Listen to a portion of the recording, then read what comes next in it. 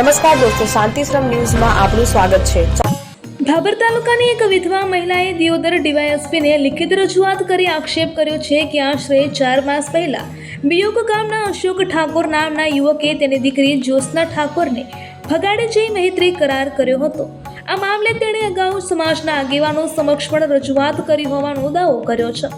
મહિલાના જણાવ્યા મુજબ અનેક રજૂઆતો કરવા છતાં તેની દીકરી પરત મળી નથી અને સમાજ તરફથી પણ કોઈ કાર્યવાહી કરવામાં આવી નથી। પરિણામે હવે તેણે કાયદેસરની કાર્યવાહી માટે દિયોદર ડીવાયએસપી કચેરીનો આશરો લીધો છે। રજૂઆતમાં મહિલાએ પ્રશ્ન ઉઠાવ્યો છે કે જો સમાજના બંધારણનો ભંગ કરનાર સામે કડક કાર્યવાહી કરવાની જાહેરાત કરવામાં આવી હતી તો પછી આ મામલે સમાજ કેમ મૌન છે। ભાગ આપવાનો રહેશે નહીં। મૈત્રી કરાર, હવે મૈત્રી કરાર હોય કે લવ મેરેજ હોય, આ કાયદાથી બંધાયેલી વસ્તુ છે, પણ મૈત્રી કરાર તેમજ ભાગીને પ્રેમ લગ્ન કરનારને અથવા સમાજે આ બાબતમાં કોઈ બીજા સમાજ કે એવું થયું હોય તો એને જેટલું શક્ય છે એટલું સમાધાન કરવા માટેનો પ્રયત્ન કરવો અને આવી ઘટનાઓ ન બને એટલા માટે સમાજમાં સમજણ ઊભી કરવી। પ્રસંગોમાં નશાકારક વસ્તુનો ઉપયોગ કરવો નહીં। સમાજમાં કોઈ પણ નાના મોટા અન્ય મુદ્દાઓમાં નિયમોનો કડક અમલ કરવામાં આવે છે, પરંતુ સમાજની દીકરી સાથે મૈત્રી કરાર કરીને ભગાડી જવાના આક્ષેપ ધરાવતા કેસમાં કાર્યવાહી કેમ થઈ નથી। મહિલાએ વધુમાં એવો પણ આક્ષેપ કર્યો છે કે સમાજનું બંધારણ માત્ર સામાન્ય લોકો માટે જ કડક રીતે અમલમાં મૂકવામાં આવે છે, જ્યારે પ્રભાવશાળી લોકો સાથે જોડાયેલા મામલાઓમાં સમાન વલણ અપનાવવામાં આવતું નથી। અગાઉ અગડથળી ખાતે 3 જિલ્લાના ઠાકોર સમાજ દ્વારા એક સમાજ એક રિવાજ શ્રેષ્ઠ સમાજના સૂત્ર સાથે સમાજનું બંધારણ જાહેર કરતા મૈત્રી કરાર સહિત સમાજના નિયમોનો ભંગ કરનાર સામે કડક કાર્યવાહી કરવાની જાહેરાત કરાઈ હતી।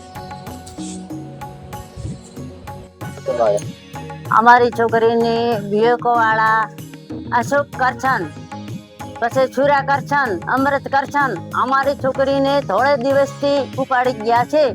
એના 4 મહિના થયા એટલે પછી મેં એક એની અરજી પોલીસ સ્ટેશનમાં આલી। મારી અરજી કોઈ પોલીસ વાળે સાંભળી નથી। પછી અમે ગયા સ્વરૂપાએ અમને કોઈ જવાબ આપ્યો નહીં। તો પછી આજે હું દિયોદરમાં આવીશું તો પછી મને આ ગેનીબેને બંધારણ કર્યું હતું। ઓગણની થળીમાં ગેનીબેને સોગન ખાધા હતા, આખા ઠાકોરોને સોગન ખવડાયા હતા કે જેની છોકરી હશે એની પાછી હું પાવશે કે એની સમાજ મારે કરશે। તો પેલા ડીજે વગાડતા તો બાપડો એનો રોટલો કમાતો તો એને રોટલાને પાટું મારી અને એનું ડીજે બેન કરાવરાયું। તો અમારી ગરીબેની રાજસમ ગેનીબેન સાંભળતા નથી। તો આ જે કરવાનું છે ગેનીબેન કરે, સ્વરૂપ કરે, ધારાસભ્ય કરે, જે અમારી ગરીબાની રાડ કેમ સાંભળવાની નહીં આપતી। અને હું હાથ જોડી અને કહું છું કે મારી કેડી મારી કોઈ નથી। જે સરકાર છો તમે મારા માફ કરશો અને મને કોઈ બી તમે અને મને નહીં લઈ આલો, કાં તો મારી છોકરી લઈ આલો, ન કે પાછી એને જેલમાં જિંદગી ભર જેલમાં સજા આલો। હું આરે જવાબ માંગુ છું, બીજો મારે કોઈ જવાબ ના આલવાનો નહીં। અને મારે છોકરાનું હાટું છે 10 લાખ રૂપિયા મારા ઓગણપરા વાળા માંગે છે।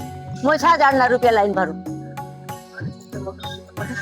મારી છોકરી ઓગણપરા પહેણાવેલી હતી, હાટામાં હતી। તો મારા છોકરાને નાની છોકરીઓ છે, એના છોકરા બાળ બચ્ચા છે, જેમ તમે તરસોડાવરાવું।